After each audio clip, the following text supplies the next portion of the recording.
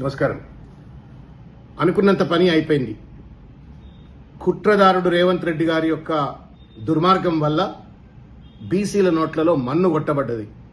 తెలంగాణ రాష్ట్రంలో ఉన్నటువంటి ఒక మహిళలకు అన్యాయం జరుగుతూ ఉంది.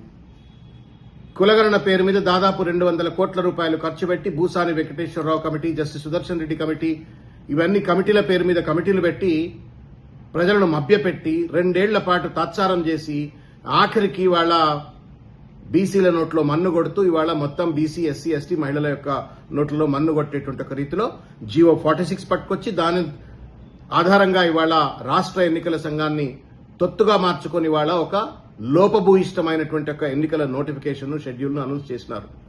లోతుగా వెళ్లి ఏ గ్రామ పంచాయతీలో ఏ రకమైనటువంటి ఒక రిజర్వేషన్లు కేటాయించినారు, ఏ జిల్లాలో ఏ రకంగా వచ్చింది అని చూస్తే కళ్లల్లో రక్తం వస్తుంది. ఆదిలాబాద్ లాంటి జిల్లాలో కేవలం 4.8% ఆఫ్ గ్రామ పంచాయత్స్ వర్ అలొకేటెడ్ టు బీసీస్.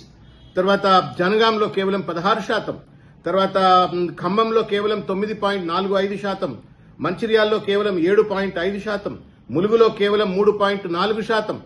ఇట్లా అనేక జిల్లాలలో, నాగర్ కర్నూలులో 13%, నల్లగొండలో 15%, అసలు బీసీలే లేనట్టు మొత్తానికి వాళ్లకు రావాల్సిన కోటాను కూడా గండికొట్టే విధంగా ఇవాళ రేవంత్ రెడ్డి గారి ప్రభుత్వం ఇంత దుర్మార్గానికి పాల్పడ్డది. ఇంత దుర్మార్గానికి వీళ్ళు వాడుతూ ఉంటే ఎన్నికల సంఘం వాళ్లకు వంతవాడినట్లుగా ఒక లోపభూయిష్టమైనటువంటి ఒక జీవో 46 పేరు మీద ఎన్నికల నోటిఫికేషన్ ఇచ్చినారు. మహిళల విషయానికి వచ్చినట్టయితే ఏ జిల్లాలో గాని, ఏ గ్రామ పంచాయతీలో గాని, ఏ మండలంలో గాని 50% వాళ్ళకు రావాల్సినట్టు ఒక కోటా కూడా దాటినట్టుగా దాఖలాలు కనబడతలేవు. ఇది మోసం, దగా, కుట్ర. దీనికి తప్పనిసరిగా ప్రజలు ప్రజాక్షేత్రంలో కర్రు కాల్చి రేవంత్ రెడ్డి గారికి వాత పెట్టాలా. రేవంత్ రెడ్డి గారి జేబులో నుండో ఆయన ఆస్తులను ఇవ్వమనడలే, రాజ్యాంగం ఇచ్చినటువంటి ఒక హక్కులను కూడా పూర్తి స్థాయిగా అందనివ్వకుండా కాలరాస్తున్నటువంటి ఒక దుర్మార్గుడు. ఇవాళ భారత రాజ్యాంగ దినం.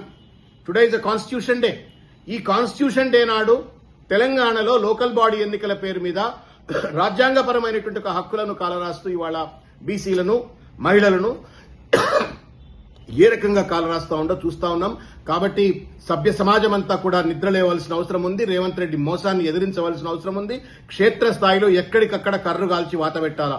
బీసీల నోట్లో మన్నుగొట్టి, మహిళల నోట్లో మన్నుగొట్టి, మొత్తం తానేదో చక్రవర్తి అన్నట్టుగా ఇక్కడ అంబేద్కర్ రాజ్యాంగం లేదు, అనుముల రాజ్యాంగం ఉందన్నట్టుగా వ్యవహరిస్తున్న రేవంత్ రెడ్డి ప్రభుత్వానికి తగిన గుణపాఠం చెప్పాల్సిందిగా విజ్ఞప్తి చేస్తా ఉన్నాం.